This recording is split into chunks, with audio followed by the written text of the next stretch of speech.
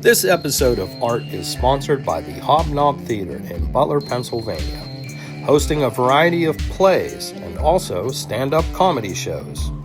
Programming includes the Young Actors Studio Theater classes for grades 3 through 12. They even have live music events. You can participate in the first Friday improv of every month. The Hobnob Theater will be launching their 2025 season, including family-oriented plays inspiring and entertaining audiences of all ages. So check out their website at hobnobtheater.com for tickets and more information and how you can support local theater and art. This is art. Any recovery topic is art. Joining me today is Liz. She's a music therapist, and we're going to dive into some questions concerning music therapy. So Liz, welcome to the podcast. Yeah. I have a few questions that I had prepared for you. What is music therapy and who is it for? Basically, in its most simplistic definition, we could say that music therapy is a type of health profession. And it's where we use music with a therapeutic relationship, whether that's one-on-one with a client or working with a group. And we're looking at addressing different domains or wellness goals. So this could be physical, emotional, cognitive, social, you name it. But basically, we're utilizing music almost as a vehicle of wellness. And we're working with the music to help support them in whatever they're looking for in their treatment goal. I feel like music therapy could be for anybody. That's probably like a very bland answer, but I really feel like it's very unique in that it can be tailored for any goal, really. My job currently, I work a little bit of everywhere, so I get to see like where music can be used every day. Do you work mainly with adults or adolescents, or is it a mixture? Yeah, currently my job right now, I have about 50% of my caseload is working with adults with intellectual disabilities, and I'd say the other 50% is more on the inpatient side or working some like one-on-one, more in-depth psychodynamic-y thingies. So I get like a healthy mix of both, which is cool. And I get to see, where we can utilize those different domains, where, that music is really powerful, how it works with somebody's wellness journey, just based off of like what they're wanting to do and where they want to take themselves. I'm a musician also, and I've always been interested in music. And it's amazing how music is such a trigger for memories. I watched a documentary called Alive Inside. Are you familiar with it? Mm-hmm. I have a link to it, that video. It's in the playlists if you want to go check that out. It's really amazing how they took the music and put it on the headphones of that man who seemed catatonic, and all of a sudden he was really with it. Yeah. So it just goes to show how music stimulates the mind. Absolutely. I think, there's so many things we still do know and don't know about music and how it works with the body. And I feel like I resonate a lot with that example because my internship was actually at a nursing facility. So I worked a little bit with hospice, a little bit with memory care. And, being able to see that first time, striking a chord to an Elvis song or a Beatles song and just having this person come out of, this catatonic state and being able to sing even just a few words. I mean, it's truly miraculous. Is there a specific model that music therapy uses, such as ACT? So I will say that I'm probably not as steeped as a professional addiction specialist would be. I want to also limit myself in saying like I've been practicing for about 3 years. So that can be like a good and a bad thing, right? I have some experience I've gained in the field and I also have a lot to learn. From my understanding and from what my experience has been, there isn't necessarily one type of model that we utilize. Is there one that you lean to more than others? I really feel like I'm more of an eclectic approach person. And I feel like my view and the way I understand recovery is very individualistic. So I think there's a lot of power that can be taken from all of the models. And then part of my job, or at least like how I see my job, is being able to figure out what I can give and what I can take from those things to work with a person the best way possible. Could you give us a brief history of music therapy and give us an explanation, if you could, of how it came to be and how it got popularized? Yeah, I feel like honestly, we can see examples of music and its healing power all the way back to even like cave drawings. And I mean, like, it's been such an important part of like, I think every culture, no matter what region of the world you're looking at. And I feel like for a long time, people were utilizing music therapy, but perhaps they just didn't have the quote unquote evidence to back it up, or like a particular name for it. But around the 1950s, we started to see more of an implication of music therapy and establishing it as like an actual field.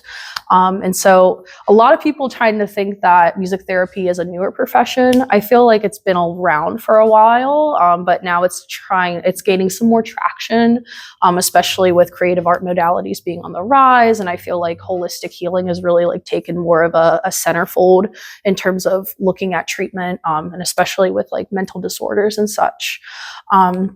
So, I mean, since then, I mean, there's been a lot of different programs out there. It's kind of like bloomed into its own field, which I think is really awesome.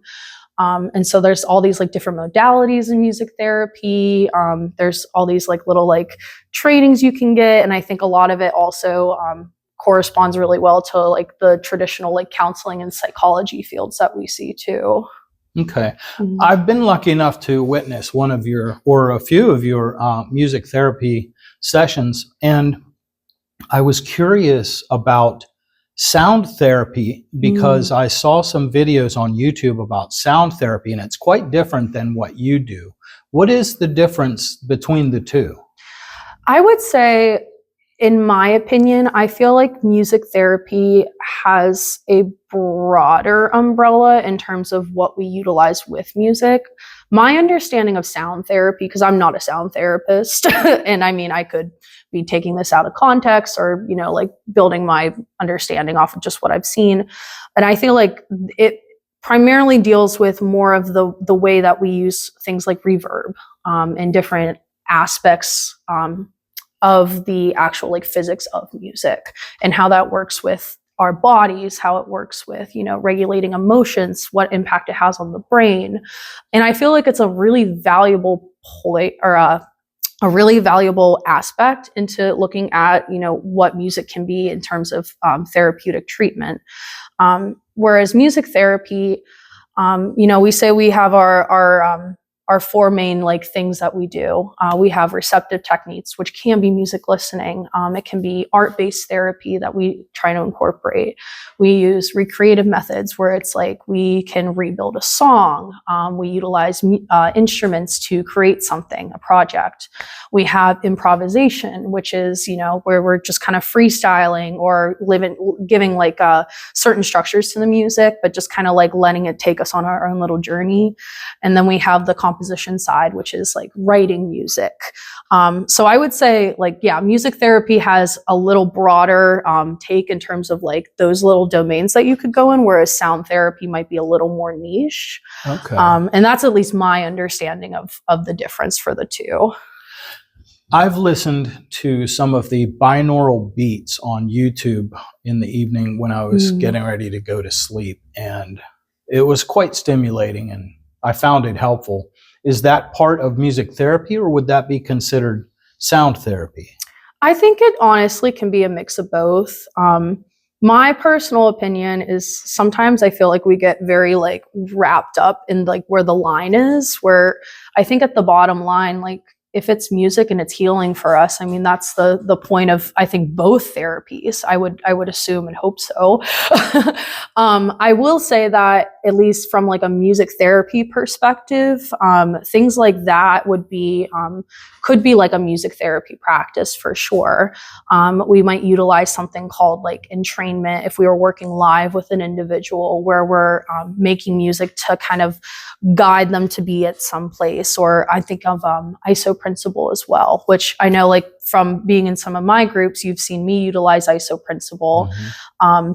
And I would imagine sound therapists would do this as well. And basically, it's this idea that we're trying to match the music with whatever that person is feeling and experiencing, and we can try and utilize that to take them somewhere else. I know I use some ISO principle on my way here today with my playlists. So I feel like, in a way, like it could be like a little bit of both with that example. Okay. What kind of institutions utilize music therapy? Oh, goodness. I feel like everywhere could offer music therapy. I think we're really fortunate where we're starting to see this increase in awareness of the benefits of creative modalities when it comes to therapy. And so, we're starting to see a lot of inpatient places in particular starting to have more of those creative art modalities, music therapists, art therapists. I've even had one facility I worked with that had dance therapists, and that was really, really awesome to see.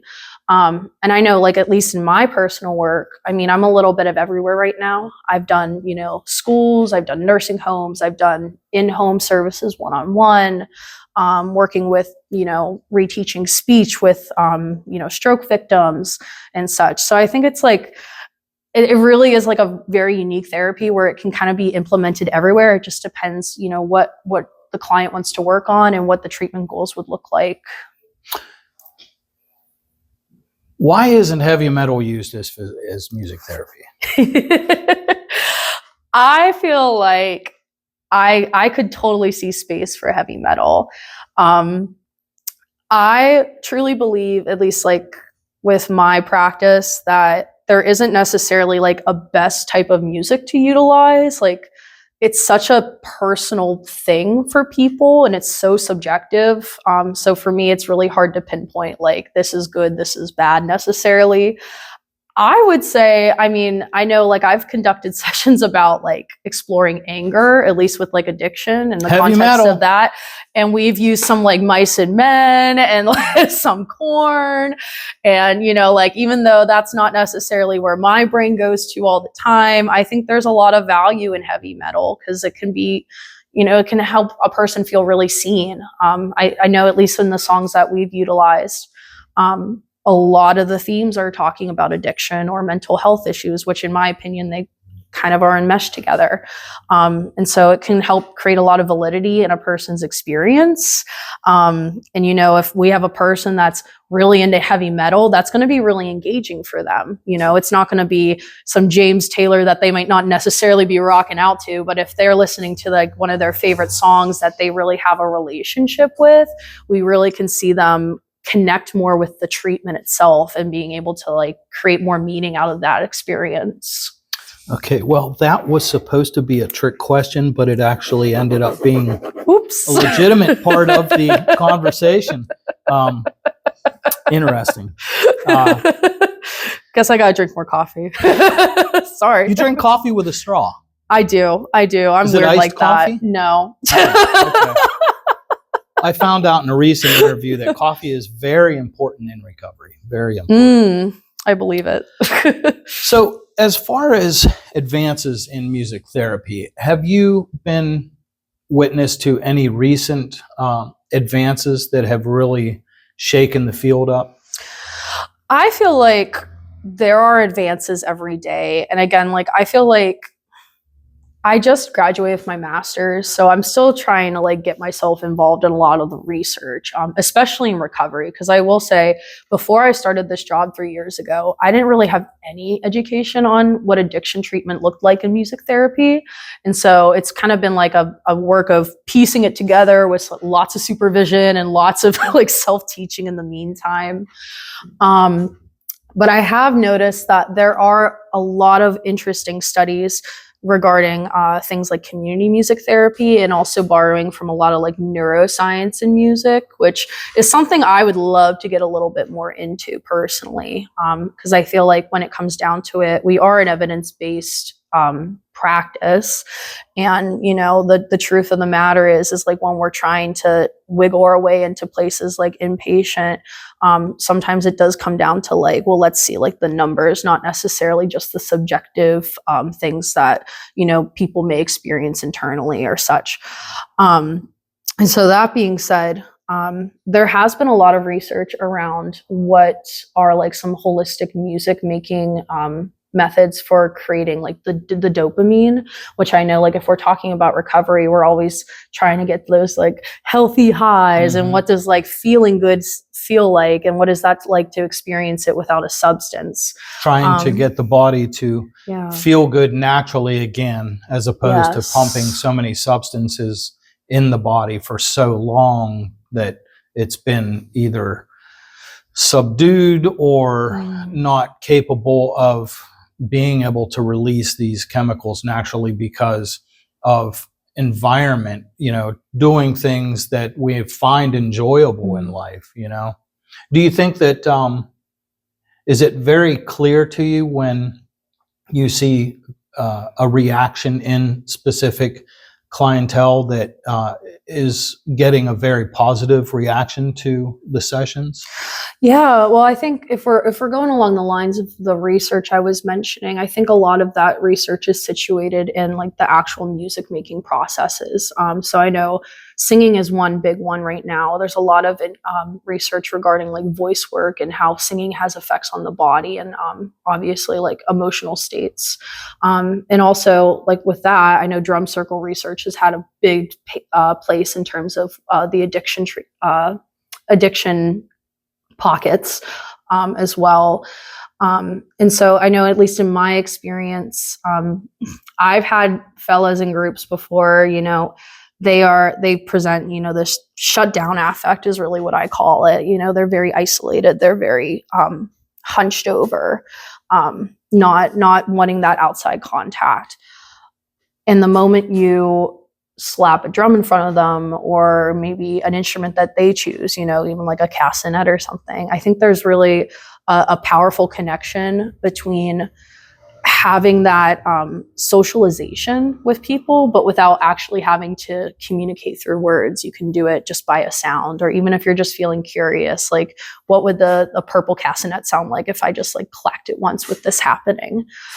So I feel like, you know, in those situations, you see like a natural reaction, whether it's just like a slight grin or even just like standing up straight, not falling asleep. Like sometimes that's a really big one too. And finding like those little successes. That's at least how I view, you know, the positivity from a lot of those recreative experiences. Are you familiar with the different hertz? Like I've seen videos talking about 432 and what are some of the others? 528, I believe. Do you have any input on these certain frequencies and healing of the body? Yeah, I personally do not. I feel like that might be geared a little bit more towards sound therapy. Obviously, I think it has a place in music therapy as well, because we have a unique opportunity to kind of work together in that way. I'd love to get to know a little bit more about that, though, because I feel like when we're talking about you know, like coping skills, which is a really big thing that at least like inpatient music therapy and groups, that's a lot of what we do. And having that as almost like a psycho ed piece would be really important. You know, kind of going back to like what I was talking about with the ISO principles and the playlists, just having that like as another like tool under the tool belt in terms of like what that coping skill could look like and how it could work towards healing or even just like decreasing you know, a really intense situation or urge in that moment. You have a 3-disc CD player. Who's in it right now? Well, I don't have a CD player anymore. Let's pretend. Let's play pretend. You have a 3 CD player. What 3 CDs are in it right now? today, well, I'll use an example of my OSO principal. I was feeling a little nervous for this interview, but I was really excited because I love to nerd out and talk about music therapy. So I was really leaning into Rubber Soul, which is one of my personal favorite Beatles albums. It just gives me like a really nice, like nostalgica, like warm feeling. I also had some, what else did I have? Led Zeppelin 3 is another one of my favorites. I'm a big classic rock girly if you haven't figured that out yet. I don't know. Immigrant Song just really gets me pumped in the morning. That's a great one. I gotta love it. Gotta love it. And I would have to say the other one, I'm going to throw a wild card in there. I don't know if it's necessarily an album. Maybe it would be more of like a burn CD of some of my favorite Kendrick songs. Okay. He also has this new album that's coming out. I haven't listened to it yet, but I really love his lyricism and like how deep he is. And there's some like really, really banging music on there that really gets you pumped up too. So I would say that would be my collection right now. Okay. If you could eliminate any kind of music out of the history or off of the face of the earth, what would it be and why would it be country? You said it, not me. Listen. I like old country. I really do. Too. I like the too. old stuff, like really old stuff. You know what I mean? I got you. But there is some country that's newer that I like, and I always say to people, I don't like heavy metal, but I'll be honest, there are bands out there that I have listened to, I feel like there really isn't a type of music I don't like. I feel like it all has like its own little place. Like, am I popping Gregorian chant in the morning? Not necessarily, but like I have an appreciation for it. Yeah. I bought it right after I bought, what is the album that Enigma did with Sadness on it? I bought them, I think, on the same day. I bought the Gregorian chant CD along with, but that was when they sold CDs, and I think it was Tower Records. Oh, nice. Yeah. Maybe they'll make a comeback like Records did. You never know. Like they're saying cassette tapes are making a comeback. I've been seeing videos on YouTube about that. Nice. I'll have to get my old 95 Impala back, I guess. So what do you see as the future of music therapy? I really hope to move toward, like for me personally, I hope to move towards a place in music therapy where we can kind of have a little less of a strict line in terms of what counts as music therapy and what doesn't. And the reason I say that, and I do realize, like, I think it is important, especially while we're advocating for the field. There's a lot of places that don't necessarily require licensure yet, and that can be really harmful and problematic, obviously. And I think at the same time, we've moved so far to the other end where we're kind of isolating ourselves as music therapists, and we're on this little island when in reality, it takes a village, right? And I think, if we're talking about recovery, it relates a lot to that too. We have to borrow a little bit from each field. We can't do it by ourselves. And I, at least like in my experience so far, I've noticed that there's like this weird, like almost like cutout of like music therapy. So personally for me, I would really love to see us dive more into the pools of, what are some other holistic therapies out there that can enhance an experience for a client. We were talking about sound therapists earlier, and, I think that's such an important part of healing. And, it's very well possible that music therapy might just not be somebody's niche. That's okay. Not music therapy doesn't have to be for everybody. But maybe sound therapy works better. And I think we have to offer that space where we can coexist like that and not necessarily be competing against each other. I would also love to see like some more, research geared towards addiction, maybe even outside of substance. But as we get into like online gambling, for example, I know like that's a really there's a growing need for research in that regard too. So I feel like I'd love to see some more research, get into more of like the communities of addiction itself. Yeah. Awesome. Well, you hear that, everybody? We're going to be diving into that pool hopefully in the future. So bring your Speedos, bring your bathing suits. Music therapy has a big future. Thanks to Liz and people like Liz. Well, Liz, I want to thank you for joining us today. It's been a pleasure. And give us a like and subscribe on YouTube, and give us a like and subscribe on the Facebook page. Do they subscribe on Facebook? They do, don't they? Sure, we'll call it. I don't know. But leave a comment. If you'd like to take part in a future episode, feel free to contact us. Thank you for joining us. Thank you.